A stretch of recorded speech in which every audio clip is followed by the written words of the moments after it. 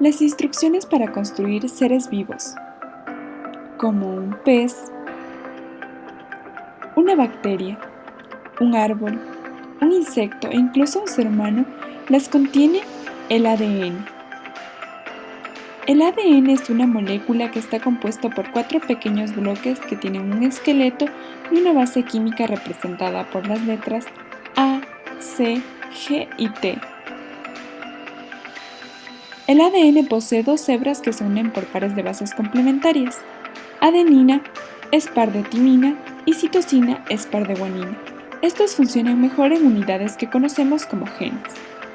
Los genes codifican para una proteína en específico, y al conjunto de genes lo denominamos genoma. Este posee toda la información para construir un organismo completo. Cada genoma de cada persona es idéntico y posee los mismos genes en el mismo orden, pero pequeñas diferencias hacen que seamos personas únicas. El proyecto Genoma Humano, pues tuvo sus orígenes ideológicos a mediados de la década de los años 80, pero sus raíces intelectuales se remontan muchos años atrás. Un claro ejemplo es Alfred Sturtevant, quien creó el primer mapa genético o una cartografía genética de la Drosophila melanogaster en el año de 1911. Pero como sabemos, el primer paso decisivo en el análisis del genoma molecular y en gran parte de las investigaciones biológicas moleculares actuales y del medio siglo pasado son gracias al descubrimiento de la estructura de la doble hélice de la molécula del ADN en 1953 por Francis Crick y James Watt. Sin embargo, a mediados de la década de los años 70, técnicas para secuenciar el ADN, por lo que recibió su segundo premio Nobel de Química en 1980. Con esta automatización de la secuenciación del ADN en la década de los años 80, la idea de analizar el genoma humano completo fue propuesta por primera vez por unos pocos biólogos del profesorado universitario. Es así que el Departamento de Energía o Department of Energy de los Estados Unidos, o mejor conocido por sus siglas como el DOE, con una intención de obtener datos más allá sobre la protección del genoma contra los efectos mutágenos de la radiación, o mejor conocidas como las mutaciones genéticas, se involucró en el año de 1986 y estableció un proyecto inicial del genoma en el año de 1987, para que después, en el año de 1988, el Congreso de los Estados Unidos financió tanto al NIH o National Institutes of Health como al DOE para embarcarse en una exploración más a fondo de este concepto, y las dos agencias gubernamentales formalizaron un acuerdo firmando un memorando de entendimiento para coordinar investigaciones y actividades técnicas relacionadas con el genoma humano. Y es así que James Watson fue nombrado director del componente del NIH que recibió el nombre de la Oficina de Investigaciones del Genoma Humano.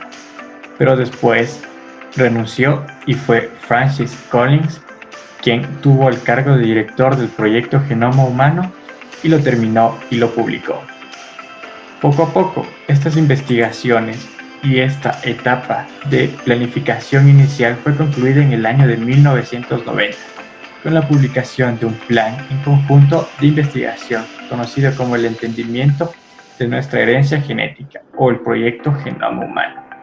Este plan inicial de investigación estableció metas específicas para los primeros 5 años de lo que en aquel entonces se proyectó como un trabajo de investigación de 15 años.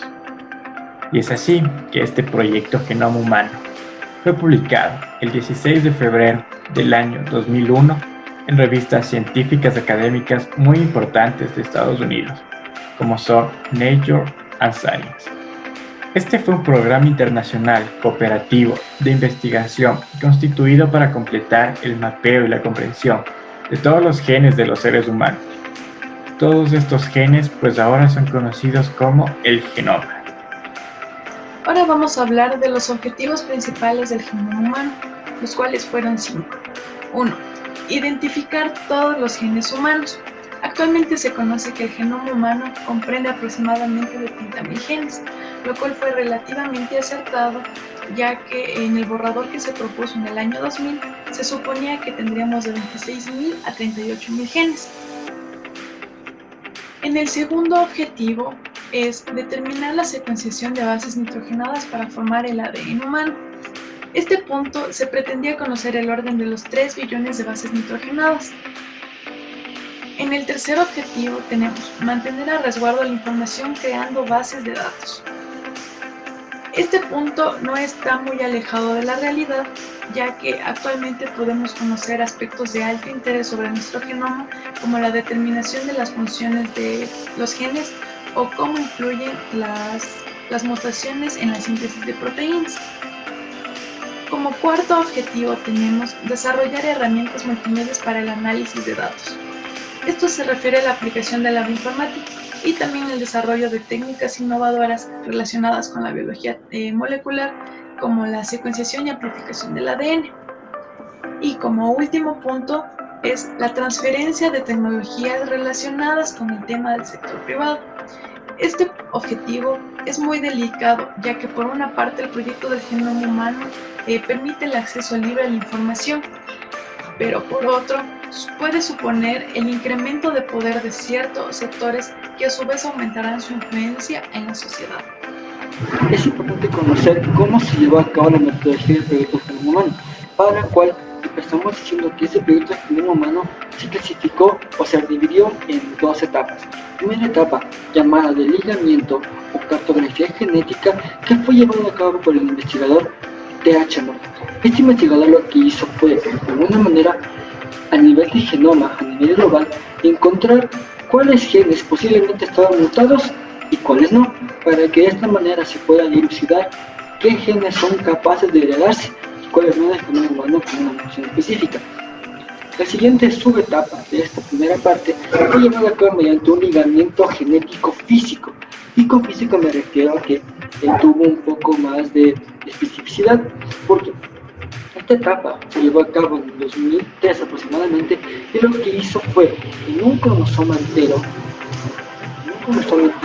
lo que se hizo fue encontrar la distancia real física que existía entre un gen de otro en un mismo cromosoma. Y es aquí como surge el concepto pares y bases. Y esto lo que permitió en la práctica fue comparar qué gen es específico con otro al momento de la hibridación o la secuenciación, como se puede ver en la fotografía. La segunda etapa del proyecto Genoma Humano consistió y fue llevada a cabo por el investigador sangue británico que a propósito ganó los premios Nobel, que lo que hizo fue, mediante técnicas de fluorescencia, permitir especificar qué nucleótido corresponde a tal en la secuenciación.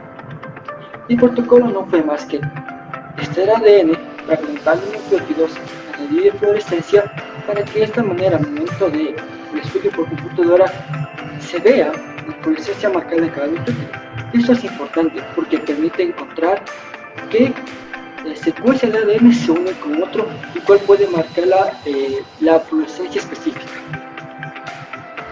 Esta primera parte fue importante porque de aquí fue como nació la biblioteca de genes, y así, a manera general, fue extraer ADN, fragmentarlo, fragmentar de manera fragmentos específicos, de esta manera poder tener con fluorescencia y guardarlos en una computadora, en un programa informático, como reserva de todos los genes que estamos secuenciando.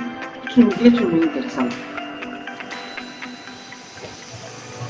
Una de las empresas que llevaba a cabo en ese tiempo fue la empresa Celera Genomics, que lo que hizo fue mejorar la metodología que se estaba aplicando de manera anterior, que esta fue fragmentar ADN, secuenciar, pero la secuenciación, aparte de secuenciar, lo que hizo fue armar bloques específicos del genoma, para que de esta manera estuvieran un poco más clasificados aquellos nucleótidos que tenían más especificidad en un momento de la hibridación. Y así lo que se pudo afirmar es que del 99 puntos del genoma humano, 85 corresponde a ADN, a genes. Y aquí aproximadamente existían unos 26.000 300 genes que ya eran codificantes para proteínas, y aproximadamente unos 12.000 genes que eran genes hipotéticos que aparentemente no tenían una función. Y ya, como última parte de la investigación, lo que se ha hecho en estos días es ahora estudiar la expresión de los genes. Y esto es llevado a cabo por la empresa genética Affymetrix, que lo que hace es evaluar la expresión de los genes, no solamente a nivel de genes, sino también a nivel de proteínas, a nivel de ADN mensajero, y compararlo con un estudio de muestra. Esto es importante porque permite, en primera instancia, ver cómo se expresan los genes en comparación con otro, y esto tiene mucha importancia en el estudio de las enfermedades. Los resultados obtenidos por el proyecto Genoma Humano. Hasta el momento el proyecto ha arrojado algunas cifras, entre ellas, que contiene aproximadamente 3.164.700 kilobases de nucleótidos. El tamaño del gen promedio consiste en 3.000 bases, pero los tamaños varían enormemente. El gen humano más grande conocido es el que codifica para la distrofina y mide aproximadamente 2.4 millones de bases. El número total de genes estimados va a ser de 30 a 35.000, mucho menor que las estimaciones hechas anteriormente, que iban aproximadamente de 80.000 a 140.000. Casi todas las bases de nucleótidos, aproximadamente el 99.9%, son exactamente las mismas en toda la población. Menos del 2% del genoma codifica para las proteínas, es decir, que el 98% restante es genoma basura. Las secuencias repetidas que codifican para proteínas componen al menos el 50% del genoma humano. Estas secuencias repetidas, como se pensaba, no tienen las funciones directas, pero apoyan la estructura y la dinámica del cromosoma. Con el tiempo, estas repeticiones reacomodan al genoma, creando nuevos genes y modificando o reorganizando los genes existentes. Hablando sobre las perspectivas del proyecto Genoma Humano. En sí, el proyecto influyó mucho en la biomedicina. Permitió avanzar en el conocimiento de la base científica en enfermedades, es decir, la medicina genómica, y abrirá nuevas perspectivas para el diagnóstico, pronóstico y tratamiento de enfermedades. Aún esto requerirá de investigaciones postgenómicas. Sin embargo, vamos a topar algunas de ellas. Como primer punto, el diagnóstico molecular, la detección de las mutaciones. El avance del proyecto Genoma Humano ha impulsado a que se conozcan los mapas y secuencias de enfermedades que aún no se conocían, mutaciones asociadas con enfermedades humanas. En sí, los próximos años se habrán identificado la mayor parte de los genes que implican estas enfermedades humanas importantes y se van a disponer en bases de datos que van a introducir información sobre mutaciones y sus implicaciones clínicas. Los nuevos y mejores marcadores polimórficos. En sí, los CNPs se encuentran frecuentemente en el genoma y estos son los cambios de un nucleótido por otro. Aproximadamente se van a dar de 1 a cada 1000 pares de bases. Si bien la mayoría de los CNPs se encuentran fuera de la región codificante de los genes, algunos contribuyen directamente a las patologías por alteración de gen y como consecuencia para la proteína correspondiente. Entonces es un terreno que se va a descubrir para la farmacogenomía.